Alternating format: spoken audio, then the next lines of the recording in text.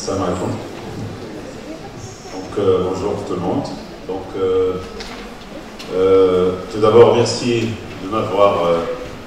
associé à partager avec vous un peu cette thématique très intéressante, notamment relative à la formation des professionnels de santé.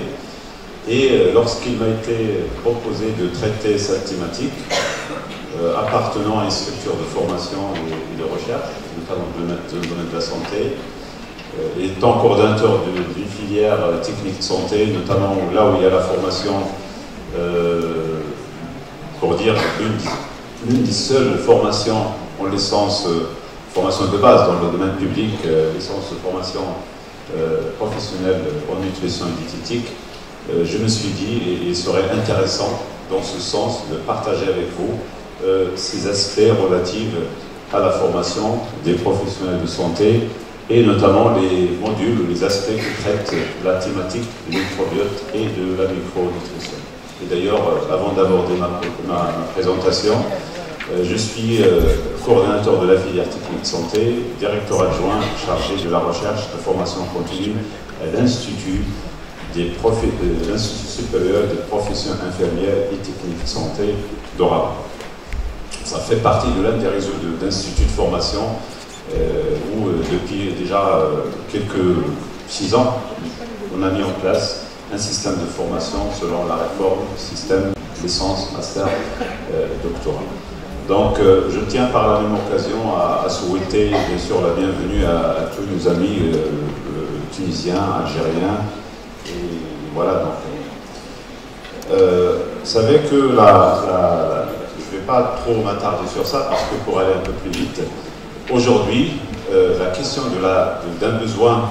d'un personnel formé dans tous les domaines de la santé, c'est quelque chose qui est primordial à toute mise en place de toute stratégie de prise en charge de la population. Et surtout, actuellement, avec la population qui devient de plus en plus exigeante, la formation, que ce soit de base ou continue, est primordiale. Et d'ailleurs, dans ce sens que le ministère de la Santé, à travers un ensemble d'instituts, et d'ailleurs, non pas seulement le ministère de la Santé, mais aussi les différents départements ministériels, y compris l'enseignement supérieur, à travers ces instituts, mais également à travers les universités, que ce soit la fac de médecine, la fac de sciences, un ensemble de formations ont été implantées, et notamment avec un système de réforme dans l'universitarisation de la formation depuis déjà dans notre institut depuis 2013 avec la mise en place du système LMT, et ceci bien sûr pour renforcer un peu le rôle des professionnels de santé, de renforcer leurs compétences dans le domaine. Et ceci bien sûr va améliorer la prise en charge des maladies et de nouveaux problèmes de santé. Et aujourd'hui, on parle d'une thématique très pertinente, notamment la prise en considération du microbiote et de la micronutrition. Et d'ailleurs, c'est l'occasion, en slide 2, de parler de cet institut. C'est un établissement de l'enseignement supérieur ne relevant pas de l'université. Il a été reformé, anciennement appelé l'Institut de formation en carrière de santé, depuis 2013 devenu ISPIX, et bien sûr il est sous la tutelle du ministère de la Santé, mais c'est un établissement de l'enseignement supérieur ne relevant pas des universités. Les formations qui sont mises en place, notamment en termes de formation de base, nous avons quelque chose comme une vingtaine de formations, notamment que ce soit les filières soins infirmiers, filière technique de santé et la filière rééducation, sans oublier aussi la formation sage-femme et tout ce qui est médico-social ou assistante sociale. Donc ça, c'est un peu un ensemble de formations, et ceci sans oublier aussi les premiers pas que nous sommes en train de faire dans le domaine également de la recherche, et puisque après la mise en place de la licence depuis 2013, nous avons également mis en place des masters, 3 masters qui sont accrédités pour l'instant, un master en pédagogie des sciences infirmières et techniques de santé, un autre master, et on vient de fêter cette année la première promotion, mais également nous avons un master qui va démarrer incessamment, 2 autres masters en pratique avancée en oncologie et aussi en urgentologie. Voilà, donc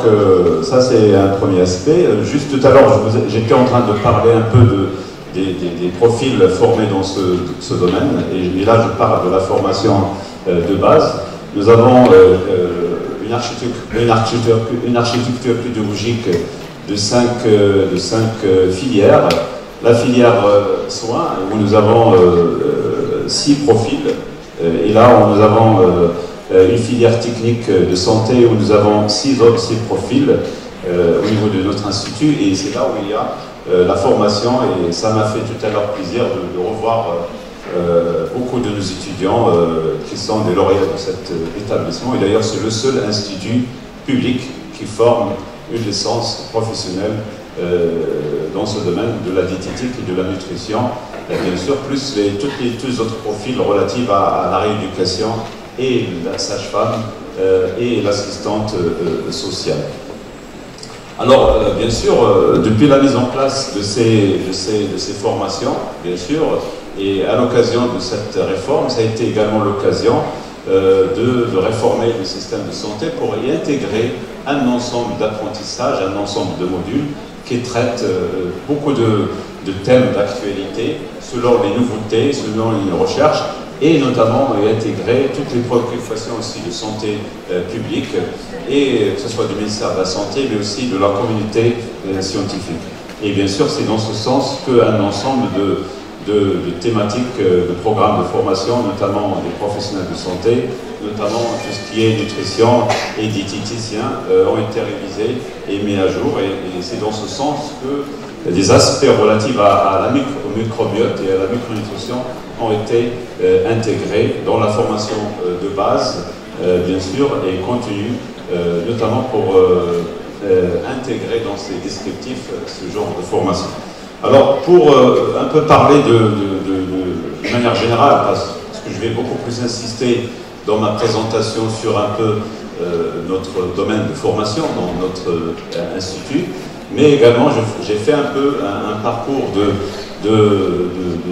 voir un peu ce qui se passe dans notre pays en termes de formation et contenu de formation de base. Il y a des formations qui sont soit sous forme de DIU ou de master au niveau de la formation médicale, aussi de formation et sciences, mais nous avons également, principalement au niveau de formation en sciences infirmières et techniques de santé, des formations relatives à la diététique et à la nutrition, mais dont il y a un ensemble de modules qui traitent le microbiote et la micronutrition. Ça, c'est d'une manière générale, et moi je vais beaucoup plus insister sur le domaine de la formation du secteur public, et en particulier les formations qui se font dans les établissements qui relèvent du ministère de la Santé, sans oublier, à la fin de ma présentation, parler de quelques formations qui se font en DU, au diplôme universitaire ou au master dans les universités marocaines, qu'elles soient publiques ou privées. Alors, par exemple, ici, dans le domaine de la formation des sciences infirmières et techniques de santé, certes, je l'ai dit tout à l'heure dans le début de ma présentation, le plus important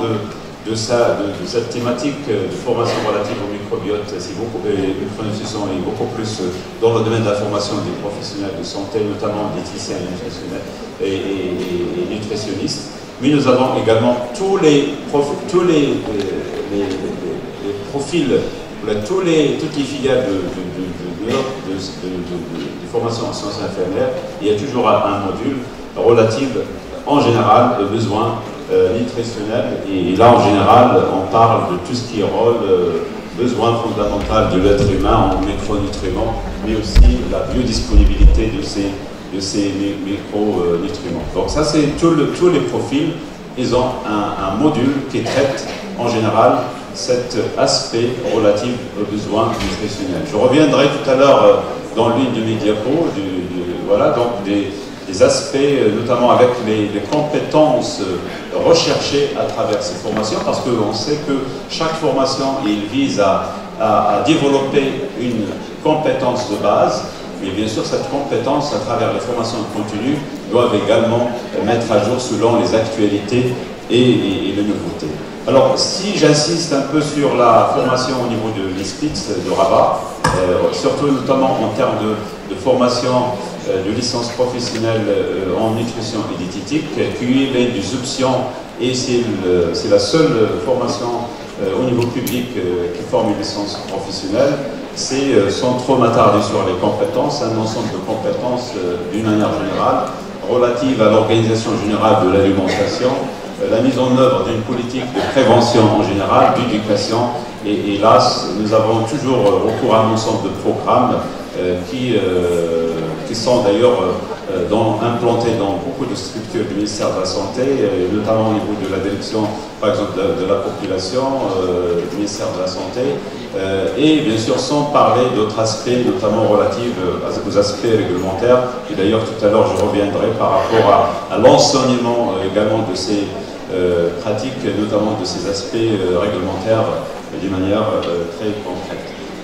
Il y a aussi la promotion aussi des compétences recherchées à travers ces profils. C'est la promotion des produits nouveaux ou diététiques et une alimentation générale, bien sûr sans oublier tout ce qui est aspect